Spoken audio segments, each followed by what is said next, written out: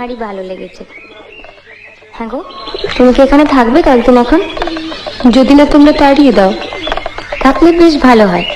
ওই আলমারির কোনো ইংরেজি বই আমি পড়তে পারি না, তুমি থাকলে অন্তত পড়ে শোনাতে পারো।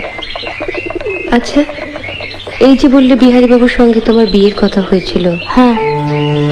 সেটা হয়নি বলে তোমার কোনো আফসোস হয়নি? ও মা, আফসোস হবে কেন? ভগবান যা করেন মঙ্গলের জন্য। তাই বুঝি? এই যে বছর না ঘুরতেই বিধবা হলাম, সেটাও মঙ্গলের জন্য? সত্যি। কেন যে এত ইংরেজি পড়তে গেলে তুমি? আবার ভাবো, তাহলে তো তুমি বরের কাছেই অন্য জায়গায় থাকতে, এখানে আসতেও না, আমাদের দেখাও হতো না। বা আমি এখানে থাকতাম, তুমি অন্য জায়গায় থাকতে। মা, তা কেমন করে হবে?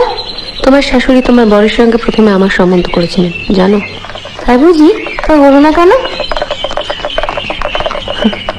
ওই যে বললি, ঈশ্বর যা করেন মঙ্গলের জন্য।